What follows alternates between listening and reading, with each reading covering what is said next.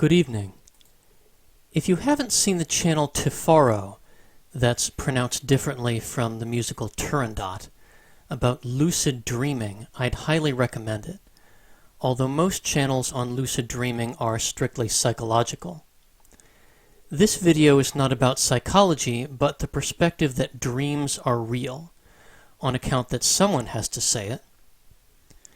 We're living in a time when advanced metaphysical discussions are mixed with simple idiomatic statements.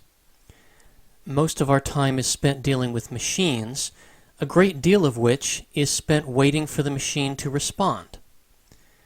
But a machine is not aware that it's unresponsive. It has no subconscious. When your USB isn't plugged in, the computer will tell you the file doesn't exist. We as humans can reason around predicaments by saying, "It doesn't matter, do it anyway." A machine can't. And there are some people who are like that, so give them no quarter. There is a fatal flaw in the interpretation of dreams as psychology, and that is, a writer or mathematician or composer uses dreams to create compositions that are no more psychological than a mechanic picking up a hammer. It is a tool they are intentionally using, and there might be people who are jealous that we can create things with our minds. People who don't remember dreams are more predisposed to be skeptical and dismissive, as if you have to experience something for yourself to know it's real. But we're intelligent beings. You don't have to see something firsthand to know it's real. So if you've been told that dreams have meaning but no substance, this seems to underestimate the power of dreams to break the fourth wall. If you think of it as a story you are reading, what would have to happen for that story to become real? Are you suddenly reading about your own actions? Are you watching yourself in the third person, watching past or future events, talking to your past or future self? Dreams allow us to communicate with people who have died and hear their thoughts on current events. The father of Carl Jung, founder of psychoanalysis, spent years as a widower having lengthy conversations with his late wife, which you can either interpret as him literally communing with her, or you could say she was preserved in his mind so well that she might as well have been there. Now, communicating with the dead is different from just having a dream with that person in it. I've never had a conversation with someone who is still living, then went to bed and continued that conversation as if they were really there. In a regular dream, you can leap over buildings like Superman, but communicating with a loved one who has passed on is fleeting, and you have no control over them. You don't get to choose when it's going to happen. You can't make them say what you want to hear. They just say what they wish, and then they're gone, just like any other conversation. I've had this experience about 25 times, including a dream where, after we parted ways, I observed my loved one exploring my dream without me. A dream in which someone else had an encounter with my loved one that they passed on to me. A conversation that continued into the waking hours until I was fully alert, and a dream in which it was explained to me how it works.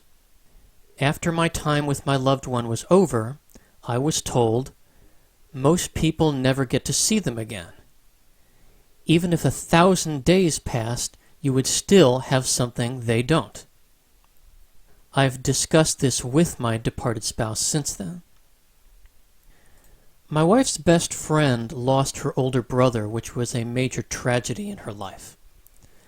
Afterwards, she had just a single dream in which her brother sat down with her to say goodbye, telling her he was in a better place, which for him was like a giant flea market. That made me think of my grandfather, who was a mechanic. My dreams with him in them aren't some idealized version of him. He's exactly the way he was in life. I'd like to single out 3 things my loved one has said to me in the past 3 years that have given me a clue to how it works.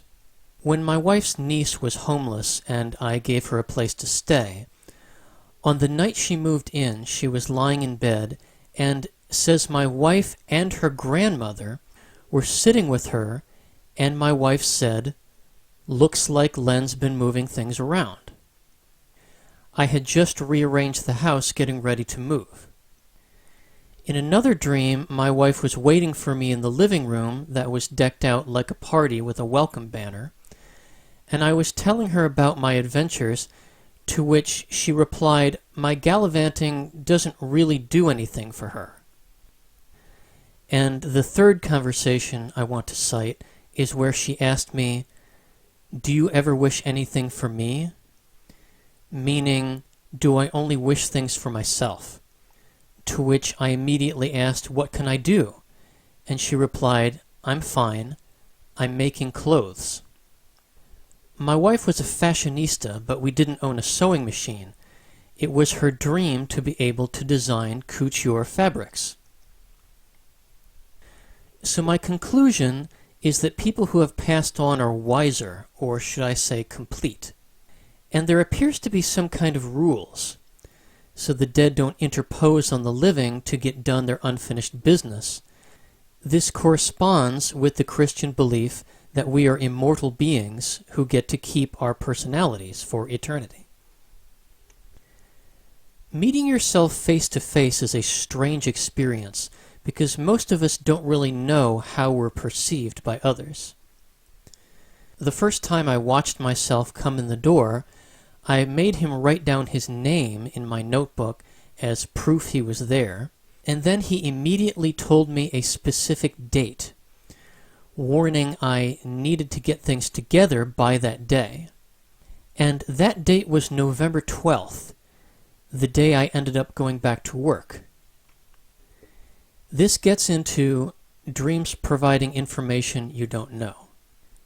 So between the two choices of how to interpret dreams, how would you explain precognition or passing on information to your past self? What if you have a dream where your future self gives you some information, and then you have the same dream again when you're older? Let's speculate on how far this might go. I've been blessed with a bond I share with someone who is no longer living. But I can't, let's say, bring an apple from the dream world into this world. The artificial receptors they insert into people's brains to allow blind people to see could someday be used to capture the first recorded images of our dreams. Then people will realize our brains are like a movie studio that produces instantly anything we wish to see, any cast, any plot, without our having to think about it. One way this might manifest is through films, books, and musical compositions. I was watching the movie Gods and Generals, and there's a scene that's different from the theatrical version I saw in the movie theater. Likewise, I've dreamt entire movies and watched them from start to finish. Human brainwaves might even be used to power a computer someday. So here's how I think this might work. If you could transport an object from a dream into the real world, you might have only a very small number of dreams that are useful to you. Let's say a recurring dream where you're back at summer camp, a place that still exists in the real world. Over a few weeks, you could have that dream, create an apple, and then in the real world drive a few hours to that old camp and find a bench with a row of apples on it. Another theory is, what are the benefits of introspection? If you had a moment in your life where you had some fleeting ability under duress, or you had an audience with a greater being, or a moment of omnipotence, why not go back there in your mind and use that in your present situation? Dreams allow some of us to commune with a greater being. I've had an audience with both God and the devil, both of them very one-sided experiences. With a greater being, whoever you believe that to be, any manifestation of them is really them. I have had both the kind with a booming voice from the sky and the more subtle kind. I made a video about my conversation with God that occurred on my birthday, where I was commanded to give up a particular addiction that I have. His words were overpowering, and I could not retain them even as they were being spoken to me. And when you receive them, you are not the person you are in the physical world. The words go straight to your brain without the formality of waiting for each other to speak, and you respond instantly without formulating your thoughts, which gave me a glimpse of what it's like to go without your physical body. My encounter with the devil happened just a few months ago. This dream was also about my addiction, and the devil verbally discarded me as if I was an annoyance to him. Which is interesting because you would think he was the source of temptation that's been trying all these years. This seems to confirm the belief that he has three forms, like the Holy Trinity. The one I saw was not the tempter, that's not his job. Or perhaps I had some kind of protection that made me unwanted. The devil's voice was like a rotten wind, and at the same time sounded like knives slicing through meat. It was a humiliating experience. And psychology seems to overlook when something is so normal to you, it's just there. In the dream world, I work at a park just like I do in reality. I have several properties that are always dusty because I have so little time to look after them. There's a container garden I've had since I was a child. The largest pot, which at one time had a deciduous tree in it, is now dead and overgrown with vines, and the floor of my bedroom is rotting from termites. So our perception of something in the dream world ages just as it does in reality. The ability to levitate in the dream world is something that has taken me many years to master. At first, I used it to cheat at running so I could win marathons, and I'm even able to run on all fours with it like a dog. But now I'm as good at flying as Superman.